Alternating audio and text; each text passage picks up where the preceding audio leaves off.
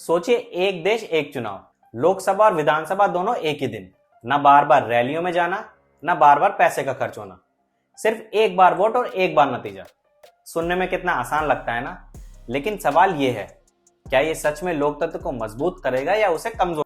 आज हम इस बड़े मुद्दे को हवाबाजी से नहीं, डेटा और लॉजिक के साथ समझेंगे। इस वीडियो के एंड तक आप खुद फैसला कर पाएंगे, वन नेशन वन इलेक्शन लोकतंत्र का फायदा करेगा या नुकसान करेगा। जब आप YouTube या टीवी पर बार बार नेताओं की रैलीज, वोट बैंक के गेम्स और वोट के पहले वाले प्रोमिसेस देखते हैं, तो कभी सोचा है अगर ये सब सिर्फ एक बार होता तो कितनी चीजें अलग होती? यही इमेजिनेशन हमारी आज के डिस्कशन का मूल है।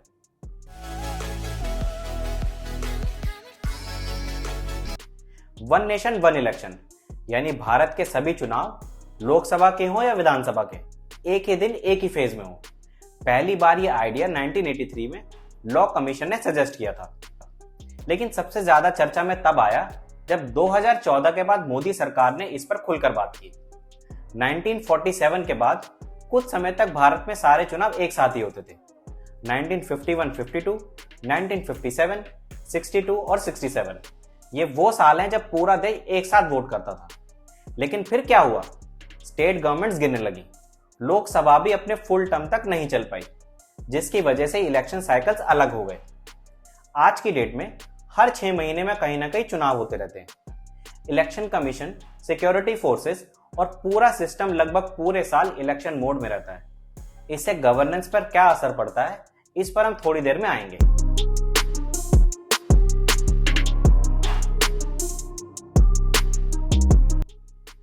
सबसे पहला पॉइंट जो सपोर्टर्स कहते हैं वो है बड़ी बचत का होना। केंद्र और राज्य सरकार के चुनाव जब एक साथ करवाए जाएंगे तो खर्चे में बड़ी कमी हो सकती है। 2019 के लोकसभा चुनाव में लगभग 60,000 करोड़ तक का खर्चा हुआ था, जबकि स्टेट इलेक्शन का खर्चा अलग था। अगर दोनों एक साथ हो जाएं तो लॉजिस्टिक्स, स्टाफ और सिक्योरिटी की डुप्लीकेशन खत्म हो जाएंगी। दूसरा आर्गुमेंट है डेवलपमेंट और पॉलिसी फोकस का। जब हर 6 महीने नेता वोट मांगते हैं तो उनका ध्यान गवर्नेंस से ज्यादा इलेक्शन मैनेजमेंट में लगता है। मॉडल कोड ऑफ कंडक्ट लग जाता है, नए प्रोजेक्ट्स अनाउंस नहीं किए जा सकते, स्कीम्स इंप्लीमेंट नहीं हो पाती। तीसरा पॉइंट है वोटर फटीग का कम होना। हर 6 महीने वोट देना लोगों के लिए बोरिंग और कंफ्यूजिंग हो जाता है। एक ही बार पूरे देश का डिसीजन हो जाए तो क्लैरिटी भी आएगी और लोगों की पार्टिसिपेशन भी बढ़ेगी। और हाँ, एक और फायदा है, नेशनल इंटीग्रेशन। जब पूरा देश एक ही वक्त पर चुनाव में भाग लेता है तो एक नेशनल डिस्कोर्स तय होती है। लोकल वर्सेस नेशनल इश्यूज का क्लियर डिमार्केशन हो जाता है। कुछ लोग कहते हैं इससे एक भारत श्रेष्ठ भारत की भावना मजबूत होती है। लेकिन हर सिक्के के दो पहलू होते हैं। अब बात करते हैं उन चैलेंजेस की जो इस आइडिया को प्रैक्टिकल बनाने में समस्या खड़ी करते हैं। सबसे पहला चैलेंज है फेडरलिज्म। भारत एक फेडरल कंट्री है जिसमें स्टेट्स को अपना खुद का हक है। हर स्टेट अपने हिसाब से इलेक्शन शेड्यूल तय कर सकती है। अगर एक ही वक्त पर इलेक्शन करवाया गया तो क्या वो स्टेट की ऑटोनॉमी खत्म नहीं करेगा? क्या इससे भारत का फेडरल स्ट्रक्चर डिस्टर्ब नहीं होगा? दूसरा चैलेंज है लॉजिकली और प्रैक्टिकली इंप्लीमेंटेशन। सोचिए, अगर 28 स्टेट्स और यूनियन टेरिटरी सबका इलेक्शन एक ही दिन करवाना है तो कितना बड़ा लॉजिस्टिक चैलेंज होगा। इलेक्शन कमीशन को लाखों मशीन्स, करोड़ों वोटर्स, सिक्योरिटी पर्सनल और पोलिंग बूथ्स का अरेंजमेंट करना होगा। क्या आज हमारे पास ऐसी कैपेबिलिटी है? और तीसरा और शायद सबसे इंपॉर्टेंट, वोटर का डिसीजन मेकिंग। अगर एक ही वक्त पर वोटर को एमपी और एमएलए के लिए वोट देना हो तो क्या वो नेशनल और लोकल इश्यूज को अलग अलग देख पाएगा? क्या एक नेता का करिश्मा पूरे वोट पैटर्न को इन्फ्लुएंस नहीं करेगा? पॉलिटिकल साइंटिस्ट कहते हैं कि एक साथ वोट होने से रीजनल पार्टीज का वेटेज कम हो सकता है, जो डेमोक्रेसी के लिए हेल्दी नहीं होगा।